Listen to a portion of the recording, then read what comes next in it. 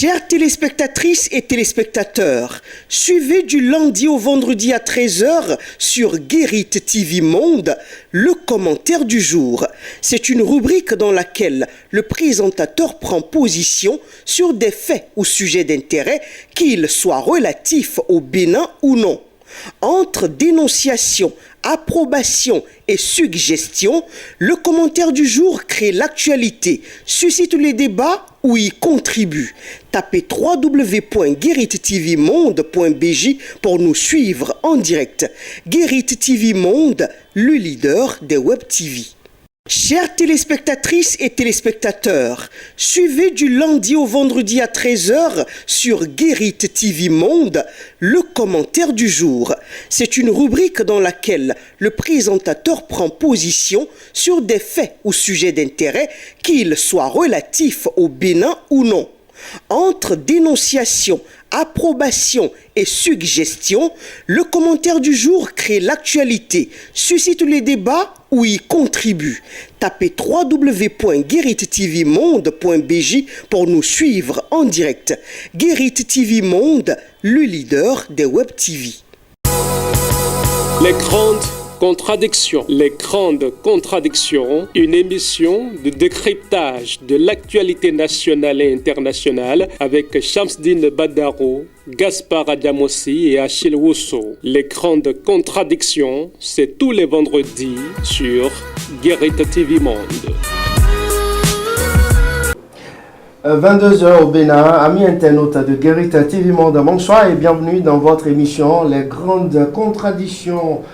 Je suis encore là ce vendredi 12 mai 2023 avec Gaspard Adjamossi et Achille Wusso. Achille Wusso qui souffle d'ailleurs une bougie de plus aujourd'hui. Joyeux anniversaire, cher confrère. Merci, cher frère.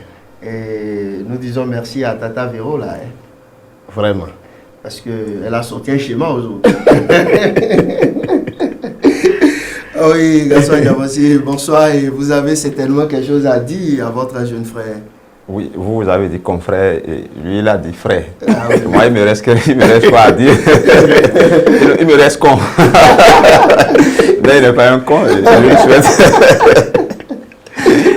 Comme d'habitude, c'est la bonne humeur sur cette émission. Oui, je souhaite le joyeux anniversaire à notre frère, confrère et ami Achille Wusso. Et comme d'habitude, on se souhaite tout ce qu'il y a de bien. En cette occasion, on lui souhaite ce qu'il y a de bien. On nous souhaite d'être toujours ensemble. Et le meilleur est encore devant nous. Entendez-vous après l'émission là, hein? Ah oui, bon. Après l'émission, il y aura l'émission. On va s'entendre à trois. C'est déjà le week-end là. Hein? Oui, vraiment. Voilà.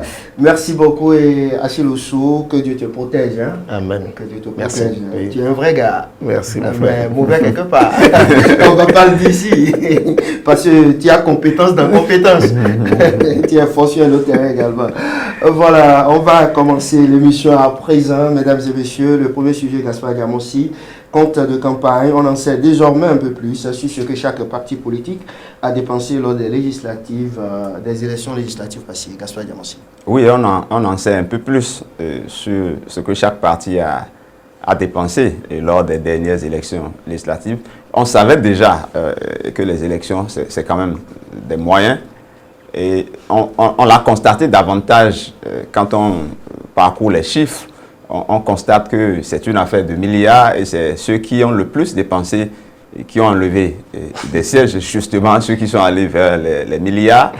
Et l'autre constat aussi, c'est qu'on avait tendance à penser que les démocrates, le parti Les Démocrates était un parti qui n'avait pas de moyens, un parti diminué, justement parce que c'est un parti de l'opposition. Je ne vais pas m'interroger pour savoir est-ce qu'ils ont trouvé autant de sous, mais on constate heureusement que les démocrates avaient quand même également de moyens et ont également concouru à hauteur de milliards comme l'Union progressiste et le Bloc républicain. L'autre analyse qu'il faut aussi faire, c'est qu'un parti comme les forces Kori pour un Bénin émergent, la FCBE, n'a pas pu, n'est-ce pas, égaler les autres forces en termes de moyens.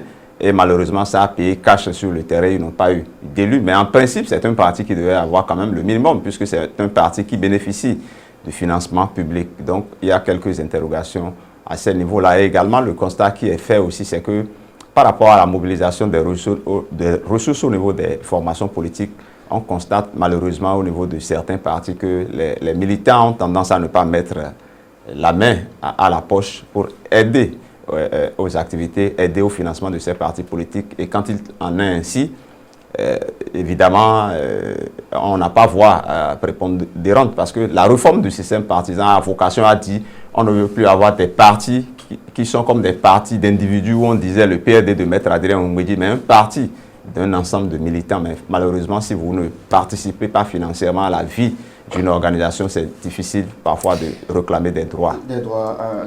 Achille Oussou. Oui, mais sur le sujet, je voudrais prendre la fin de l'analyse de Gaspard pour dire que malheureusement, nous constatons, malgré les réformes du système partisan, que certaines habitudes ont encore la peau dure. Parce que, effectivement, si aujourd'hui le militant doit se sentir vraiment militant, engagé dans la vie du parti et comme un ayant droit, il doit apprendre donc à cotiser et les partis doivent également apprendre à fonctionner sur la base des cotisations de leurs militants. C'est d'abord les premières ressources dont devait disposer un parti politique. Mais pour revenir au sujet concernant qu'on appelle les dépenses qui ont été effectuées par chaque parti pour ces élections législatives, et vous me permettez, ce n'est pas pour faire de la fixation, mais il y a un parti qui intéresse beaucoup plus, c'est le parti Les Démocrates, qui a montré aussi une certaine capacité financière jusqu'à dépenser au moins le milliard pour ces élections-là, alors que c'était le parti qui était considéré comme n'ayant pas du tout de moyens et qui a même appelé à un lever de fonds publics parce que, à travers un téléthon. Et donc, lorsque on affiche un pareil visage et qu'à la fin, on constate que on a pratiquement même talonné les grands partis, on devait donc se poser des questions. Est-ce qu'effectivement, le parti Les Démocrates a dépensé autant ce qui a été révélé à travers donc les comptes de rapport, c'est ça? Je me pose vraiment des questions. Si vous le voulez, je serai un peu plus clair parce que nous avons constaté quand même que ce parti, contrairement aux autres partis, n'avait pas vraiment investi le terrain. Depuis les préparatifs jusqu'au déroulement même des élections, on n'avait pas vu le parti sur le terrain, sur le champ politique, animant donc même ces structures de base, et on l'avait regretté. On avait dit même que cela aurait donc des répercussions sur les résultats à la fin. Tout ce que nous avons vu le parti faire, c'est des réclamations, nous avons vu donc le parti dans des sorties médiatiques concernant leur déboire avec qu'on appelle cette structure qui devait délivrer la Sénat, la commission? Non, la direction générale des impôts par rapport aux quitus fiscaux, et ensuite la Cour constitutionnelle. À part ça, on n'a plus rien vu. Et malheureusement, dans les réclamations des sièges au lendemain des élections législatives, le regret avait été donc de constater que le parti Les Démocrates n'avait pas pu avoir de représentants dans tous les bureaux de vote. Et donc, lorsque c'est vrai que je suis d'accord, je ne leur reproche pas ça. Mais si les autres ont dépensé le milliard 3 ou le milliard 6, le milliard 9, et quand même ont investi le terrain comme cela se doit, on devrait quand même se demander pourquoi le parti Les Démocrates, qui avait autant de moyens, ne s'était pas donné aussi. C'est votre point de vue. Oui, mais cela n'empêche quand même pas aussi de dire que malheureusement, nous constatons que les élections continuent de coûter cher. Le milliard, ce n'est pas petit. C'est vrai qu'une élection législative, il faut couvrir tout le territoire national, mais ce n'est pas pour autant quand même qu'il faut continuer à mettre autant de moyens. Nous parlons des 3 premières forces politiques. Les autres, nous ne savons pas. ce qu'ils ont effectivement mis. Je voudrais parler donc du parti de M. Jacques Ayadji, de Mme Claudine Prudesio. Claudine Prudesio, ce parti n'a pas bénéficié de financement public, mais le parti a fait fort quand même. Et lorsque nous mettons tout ensemble, on voit quand même que les élections continuent quand même de coûter au Bénin. Si les législatives ont coûté autant pour les partis politiques, je me demande ce que coûteront très prochainement, à partir de janvier 2026, les élections couplées. Parce que là, vraiment, on sera obligé de faire plusieurs élections à la fois. Et bon, ça veut dire qu'il faut avoir les reins financièrement vraiment solides pour se permettre donc d'aller à cette compétition. Merci beaucoup. Gaspard Diamossi, un autre sujet, enseignement maternel et primaire, non-respect du calendrier scolaire et des emplois de temps. Le ministre Salimane Karimou met en garde les promoteurs d'écoles privées. Et oui, c'est bon, plutôt certains promoteurs, parce que ça ne peut pas être tous les promoteurs qui ne respectent pas, n'est-ce pas, le calendrier scolaire et les emplois du temps. Et je crois qu'il est temps que l'autorité vraiment tape du poing sur la table, parce que le calendrier scolaire, c'est connu, c'est figé. Mais vous imaginez, il y a déjà des élèves, il y a déjà des écoliers qui sont à la maison, qui sont déjà en vacances et pratiquement. Et pour quelles raisons? Est-ce que les programmes ont été réellement exécutés? Est-ce que les emplois du temps ont été respectés? En réalité, c'est au niveau de certaines écoles et privées. Je crois que la raison est simple, c'est pour ne pas pouvoir payer le mois de mai ou le mois de juin aux enseignants que les gens se font ces économies-là en renvoyant assez tôt les enfants en vacances. Et je crois que l'autorité a quelque chose à faire dans ce domaine-là. Pas seulement dans ce domaine, parce que quand vous prenez par exemple, certains établissements refusent de faire les examens blancs nationaux ou départementaux que les gens organisent. Sous quel prétexte, je n'en sais rien, et organisent par eux-mêmes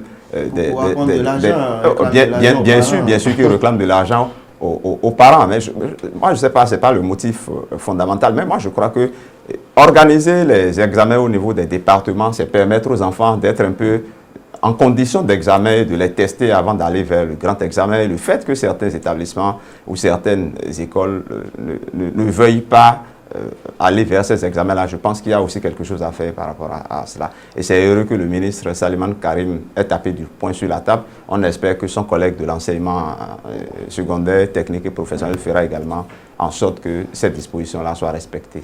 La vraie pagaille au niveau des enseignements. Et vous savez, en fait, ce qui pose problème, c'est le capitalisme. Parce que les privés veulent faire beaucoup de profits. C'est du business, veulent faire beaucoup de profits, beaucoup de bénéfices. Et anticipent vraiment sur les choses pour que déjà à partir de la fin du mois de mai, que tout soit libéré. Et donc, ils gagnent pratiquement deux mois de salaire. Oui, en fait, en termes de dépenses ou de ressources, ils gagnent pratiquement 2 mois. Et je crois qu'en tapant du poing sur la table, le ministre des enseignements maternels et primaires a bien fait pour que le temps scolaire soit vraiment respecté dans nos établissements. Mais il y a quand même des impératifs aussi. Il y a beaucoup de facteurs qui peuvent quand même expliquer les flottements que nous constatons vers la fin de l'année dans certains établissements, surtout les établissements secondaires où il y a même des établissements secondaires qui doivent à la fois servir de centre pour le CEP et en même temps pour le BPC, le bac. Et lorsque c'est comme ça, lorsque vous enlevez tout ce temps-là, de ce qui reste, ces établissements sont obligés donc d'anticiper sur l'organisation des derniers devoirs pour permettre donc d'avoir le temps pour ces derniers travaux que leur établissement est obligé donc d'accueillir. Parce que les secrétariats des examens, c'est encore les établissements qui les accueillent. Et tout ça, c'est des problèmes. Donc, il y a quand même aussi ces préoccupations qu'il faut mettre dans la balance et qu'il faut permettre quand même à chaque établissement de s'organiser. Mais je suis d'accord que les privés n'ont pas ce problème et en tant que tels devraient quand même respecter le temps scolaire et si Merci. aussi possible, anticiper peut-être sur les choses. S'ils pensent que qu'on appelle le programme pour l'année était terminé, il y a quand même beaucoup de choses qu'on peut faire pour continuer à préparer les apprenants pour la rentrée à venir et pourquoi pas continuer à bénéficier de la confiance des parents d'élèves. Je reste toujours avec vous, Achille Osso, puisque vous êtes toujours jeune. Et au Bénin, Je ne suis pas vieux. Vous voulez dire que Gaspard Je ne suis pas vieux. Je ne suis pas vieux. au moins, Il y a d'ailleurs Au moins, il est moins jeune. vive la jeunesse. au moins, il est moins jeune. vive la jeunesse. Vive la jeunesse. Débat autour de Si la les limitation. 65 ans refusent de vieillir, pourquoi vous voulez que nous vieillissions? Achille Osso, débat autour de la limitation des naissances. Les Béninois sont-ils si nombreux pour une telle option? Ben, je ne sais pas vraiment ce qui amène le président de la République ou le gouvernement à faire cette option ou à ouvrir un pareil chantier, mais il faut dire que bon, on n'est pas quand même aussi si nombreux pour se permettre donc de limiter les naissances. Encore que bon, tout le monde n'a pas la chance d'en avoir. Il faut d'une manière ou d'une autre une compensation de part et d'autre. Donc ceux qui peuvent en faire, qu'on leur donne la chance d'en faire davantage pour permettre, puisque sous d'autres cieux, c'est la jeunesse, non, bon, je dirais la jeunesse, ou bien la démographie qui fait la richesse. Et pourquoi pas, peut-être que ça va venir chez nous. C'est vrai qu'il y a des questions de responsabilité qui ne devraient pas aussi, qu'on ne devrait pas passer sous silence, parce que une chose est d'être père, mais l'autre chose est d'avoir vraiment la possibilité d'assumer ses responsabilités, parce que nous apprenons que dans des centres de santé, on saisit les mères et les bébés, parce que les papas ne sont pas venus remplir les formalités pour que qu'on appelle les mères et les enfants. Entre papa et les père, enfants. il y a une différence. Hein? Ben, c'est ça, quand on dit papa, c'est affectueux. Et c'est-à-dire, c'est même la marque de la responsabilité assumée. Mais quand on dit père, bon, tout le monde peut être père. Il suffit d'avoir un bon bâton. Gaspard Diamansi, oui. Oui, sur le sujet, moi je ne sais pas. On ne parle pas de jeunesse, mais quand même on vous donne la parole. Hein. Bon, en tout cas, dites ce que vous voulez, je vais accepter. Non, moi je ne sais pas d'où est-ce que cette idée-là est arrivée, parce que limiter les naissances, bon, moi je pense que ça peut se faire déjà naturellement. Ça ne peut pas être une politique publique chez nous. Nous sommes combien actuellement? Je crois que le dernier recensement nous crédite d'être environ 10 millions de Béninois. On n'a pas atteint ce nombre-là pour penser déjà à nous limiter. Les pays qui adoptent ces méthodes-là, c'est des pays comme... Le Nigeria, par exemple. Oh non, jamais. Même pas encore. Des pays comme la Chine, qui ont atteint déjà le milliard. Mais la Chine a changé même. La Chine a changé même ces sociétés-là ont commencé par vieillir au point où ils sont en train d'inverser ces politiques-là. Et aujourd'hui, ils sont en train d'encourager les naissances. Et en plus, quand vous prenez nous qui nous réclamons comme les États à Koweït, au moment où mon père a fait plus d'une dizaine d'enfants, moi, je n'en ai que 4. Et 4, je pense que c'est même un peu trop par rapport à notre génération où les gens n'en font que 2 ou maxi 3. Ouais, donc, déjà au niveau de ceux qui comprennent la cherté de la vie, un certain nombre de situations, je crois que les gens ne font plus beaucoup d'enfants. Mais n'allez pas dire aux paysans qui prennent les enfants comme des bras valides qui vont l'aider au champ, de lui dire de faire 1 ou 2 enfants. Je crois que c'est impossible pratiquement, n'est-ce pas, d'imposer ça aux paysans. Et moi, je ne sais pas pourquoi ça va devenir une politique au moment où on fait aujourd'hui, je crois, une large publicité par rapport aux méthodes contraceptives, où on parle de pilules, où on dit il faut pas. Et au moment, les conditions même peuvent imposer qu'on limite. Je crois que ceux qui choisissent, n'est-ce pas, d'en faire beaucoup, il faut les laisser en faire. Je crois que ça ne gêne en rien. Ça ne gêne en rien. En tout cas, c'est mon avis. Merci beaucoup. Nous allons parler du dernier sujet à présent, fait divers. Gaspard Diamansi, un homme qui voit sa femme et son collègue de service venir déjeuner ensemble à l'heure de pause dans le même restaurant, que lui a-t-il raison d'accuser sa femme d'infidélité? Je reprends. Oui, non, j'ai compris. J'ai compris le sujet. Oui. Non, a priori, non, parce que vous n'avez pas dit que ça se répète. Vous avez juste dit est-ce quand il se prend. Donc là, ça peut être un fait banal, ça peut être une coïncidence ou bien ça peut être que ce jour-là, ils ont choisi d'aller manger. Le problème ne se pose pas encore. Mais quand ça devient répétitif, je crois qu'il y a quelque chose de gênant. Parce que même une première fois, il faut demander la permission. Non, je n'ai pas fini. Je dis, quand ça devient répétitif, ça crée déjà un problème parce que c'est le contact qui crée l'amour, dit-on souvent, ou c'est le contact qui crée ce type de relations bizarres entre personnes qui travaillent dans un même service. Et à plus forte raison, je pense, c'est là où je voulais aboutir, en principe, une femme qui se respecte, qui respecte son mari, qui n'a pas envie qu'il y ait des zones d'ombre ou des motifs de suspicion, devait en principe avertir son mari pour dire « Écoute, je vais déjeuner avec un collègue du service. » Donc ça ne devait pas être une surprise pour le mari d'aller les voir dans un restaurant. De toutes les façons, moi, si je vois mon épouse en train de déjeuner avec quelqu'un ou assis autour d'une table avec quelqu'un, sans que je ne sois averti au préalable, je crois que je ne serais pas content. Absolument pas. Achille Osso.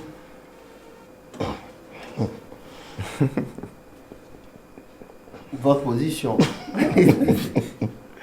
Pas une position philosophique. Pas une position philosophique. Je n'aurais pas fait de la dissertation. Ben bon, je vous dirais tout de suite que, en fait, dans une relation, dans un couple, il faut apprendre à se faire un minimum de confiance. Bon, est-ce que ma femme a besoin forcément de me demander la permission d'aller déjeuner avec un collègue, j'allais dire, de service? Pas obligatoirement. Je crois, pour ma part, que je dois de le faire.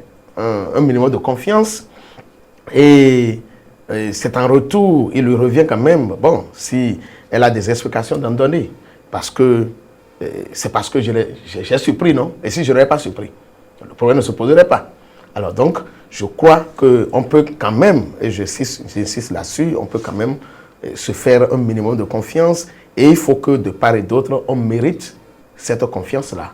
C'est ce que nous pouvons dire. Aller déjeuner déjà une fois avec son collègue de service n'est pas encore problème.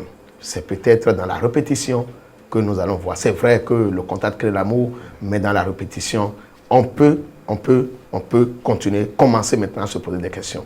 Non, ce que je voudrais ajouter, c'est que le problème ne se pose pas à mon niveau en termes de confiance. Et ce n'est pas une permission ou une autorisation qu'il faut demander, mais je dis qu'il faut informer. Parce que même si vous n'êtes pas là et que vous n'avez pas surpris, ça peut faire l'objet de ragots en ville pour soit disant que toi tu es là et que ton épouse déjeune avec d'autres personnes. Et ce n'est pas bon que tu apprennes au dehors. C'est pour ça que je dis qu'il faut au moins informer. Ce n'est pas une autorisation, une permission. Gaston Diamansi, c'est terminé. Achille Osso, c'est terminé. C'est votre conclusion, Achille Osso. Je voudrais vous remercier pour avoir marqué ce jour de vos souhaits, de vos sourires. Je voudrais aussi remercier, comme vous l'aviez fait tout à l'heure, je le ferai de vive voix, ma tendre Véro, pour avoir aussi marqué ce jour. C'est grâce à elle que je porte d'ailleurs. Elle m'a surpris avec ça ce matin. Bon. Je vais rester dedans. C'est un témoignage fort là. Jusqu'à la fin. Mais là, je suis jaloux là. Et je dis bon week-end à tous ceux qui nous suivent. Ah oui, on va remercier de voir faire l'actualité. Non, mais ce qui est bizarre, c'est que Achille est tellement chanceux que son année tombe sur un jour d'émission. Le mien, c'est après. Oui. Et le vote, c'est en carême. On espère qu'il va aussi marquer le jour, puisqu'on est encore ensemble. Non, c'est vrai que Véro, notre chère épouse, parce que c'est notre chère épouse, on est dans la dame spéciale, là. On est dans la fraternité. Et on espère que on va d'ici le week-end, ce dont vous raffolez là. D'ici demain. Mais en entendant, Achille doit nous marquer aussi positivement. On ira manger du dessous chez nous. Alors, Tata Véro, merci beaucoup pour le tissu. Et l'argent, elle a payé l'argent italien également. Hein. Non, c'est tout fourni, justement. Merci beaucoup. On a besoin des femmes comme ça, pas des femmes qui vont nous réclamer de l'argent chaque fois. Il faut aussi ce genre de surprise. Merci beaucoup, notre sœur, tendre épouse, Véronique. Merci une fois encore à vous, Tata Véro. J'ai pas envie de vous laisser partir, mais on me fait la main de l'autre côté. Merci et une fois encore, merci à notre frère Achiluso. Joyeux anniversaire, et l'anniversaire se poursuit de l'autre côté certainement, ou va se poursuivre de l'autre côté. À vendredi prochain, sans oublier de dire un merci à l'équipe technique, Alphonse Boton, Kabiru Adiadi, Patrice Ayonton, et à la coordination générale, la secrétaire de rédaction Latifa Kon. Les grandes contradictions, une émission de décryptage de l'actualité nationale et internationale. Les grandes contradictions, les grandes contradictions, une émission de décryptage de l'actualité nationale et internationale avec Shamsdine Badaro, Gaspard Adamossi et Achille Wusso. Les grandes contradictions, c'est tous les vendredis sur Guérite TV Monde.